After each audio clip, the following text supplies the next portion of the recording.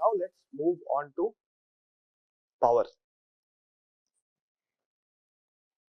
And this will be the only discussion I will have on power in this course. Okay, it will be a very short discussion, maybe 2 classes or so, but nothing more. We won't have time for anything more in this course. Okay, so what do I have? I have an inverter as usual, and my input, let's say, is switching like this. What will happen? The output also is going to switch in the opposite polarity.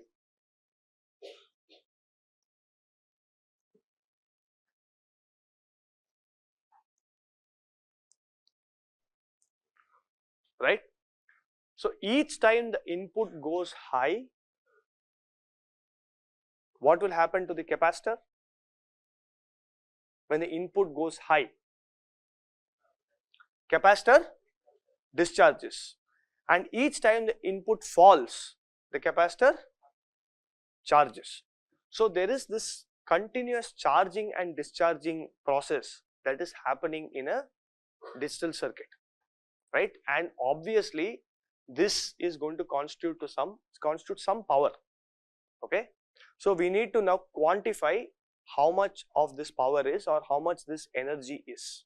Okay, so it turns out that there are 3 kinds of power or energy that will be involved in CMOS circuits. One is dynamic power. Dynamic power is just what I told you. Input is switching, output is switching, which means the capacitor is continuously charging or discharging, right? And this is leading to some power loss. Okay, so it is purely this capacitor charging discharging power that we are talking about when we talk about dynamic power. Second is switching power, right? Or I don't know what that, I forget what the other term is, or it's called short circuit power.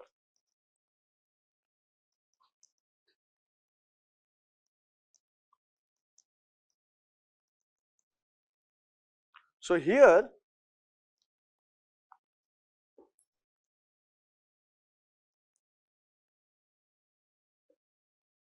V in, V out, my input is rising like this, my output will therefore fall like this. At some point of this transition between 0 and VDD for both input and output, my NMOS and PMOS will start conducting, right? So clearly as soon as my input crosses VTN, it's going to, both transistors will start conducting some current.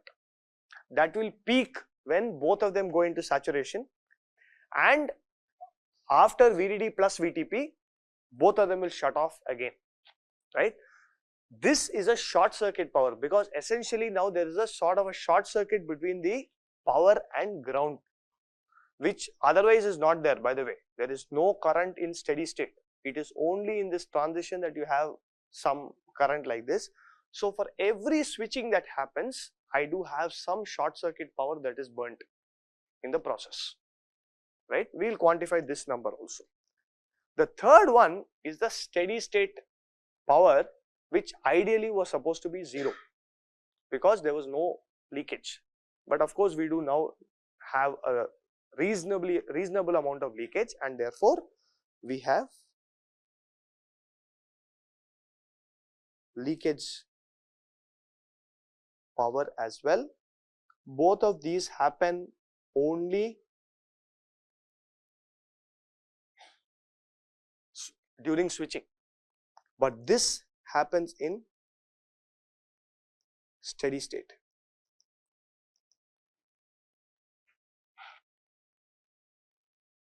Okay, so let's start with dynamic power. Okay, so we'll start with actually energy first.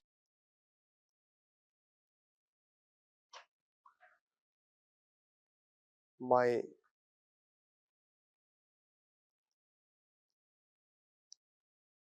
let's assume my capacitor is now being charged. Initially it was discharged to ground. Now I am going to get my input to go low instantaneously. Okay, assume again, now we will go back to this instantaneous assumption. Input is falling instantaneously, right? Which means now there is no question of short circuit power and all that, because I have just shut off the other transistor instantaneously. Only the PMOS has some equivalent resistance, right? This equivalent circuit is like this: R equivalent P CL going to VDD, and of course my NMOS has been cut off. So all the current coming from the supply is going entirely into the capacitor for charging, right? So what is the capacitor current? So let's assume, by the way, that this node voltage is V0. So what is the capacitor current? Yeah, CL into dV0 by dt. Okay. Now of course the same current is being drawn from the power supply also, correct? So how much of power, how much of energy is actually delivered by the power supply? First of all, V into I integrated over time, right?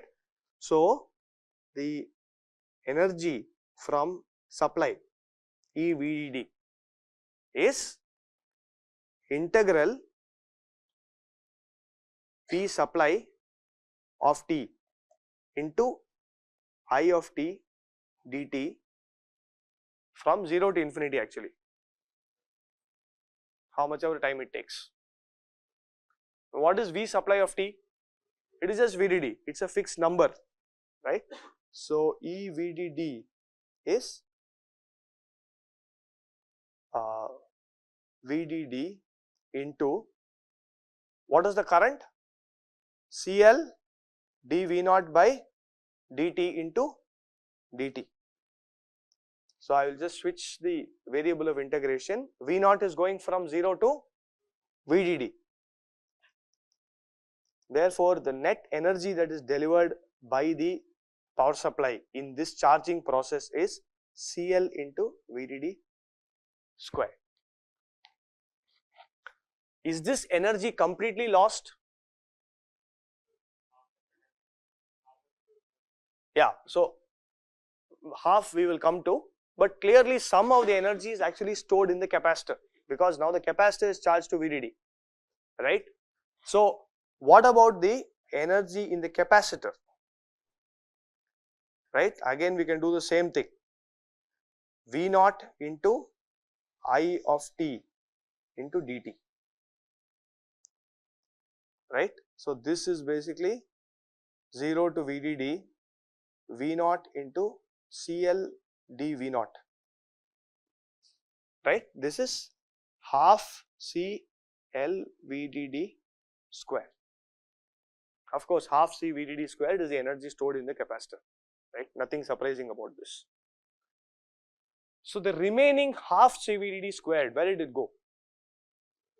It dissipated in the PMOS resistance as heat and is lost, right? So for every switching, for every charging, half CL VDD squared is dissipated in the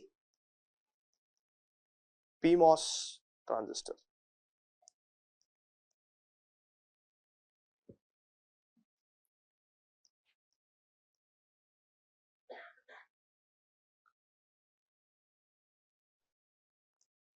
Now what happens in the discharging cycle? Now the input has fallen, instantaneously it again rises, right?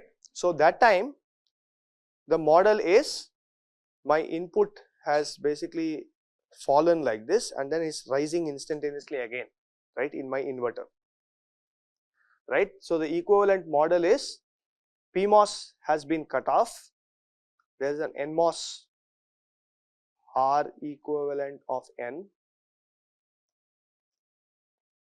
CL, and this Vc of 0 minus now is VDD. Clearly you are going to discharge this capacitor through this to ground, and that entire half C VDD squared that was stored in the capacitor after the charging cycle is now lost in the NMOS resistance, right. So for every discharge, half C is dissipated in the NMOS transistor. The important thing to note is neither this energy for discharging or charging depends on the resistance. It is not a function of R equivalent N or R equivalent of P. Therefore, it does not depend on any of the design parameters of that transistor. Of course, if I now connect one inverter to the next inverter, then the capacitance on this node will depend on the input capacitance of the next gate.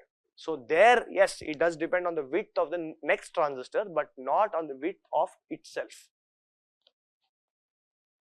Okay, so this is totally independent of any design parameter of the transistor here, of the inverter here. Yes.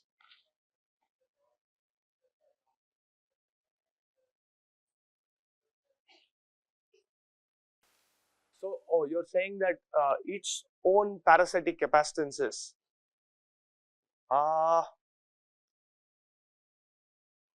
Question is, do we isolate that somewhere? Okay, you're right in the sense that, yeah, it does depend on its design parameter W, P and Wn through the capacitance, but not through the resistance. Yeah, I stand corrected. Correct. Okay. So with that, we will stop today's class. In the next class, we will continue with the discussion on power. We will cover the short circuit power and leakage power and wind up this module in the next class. Okay.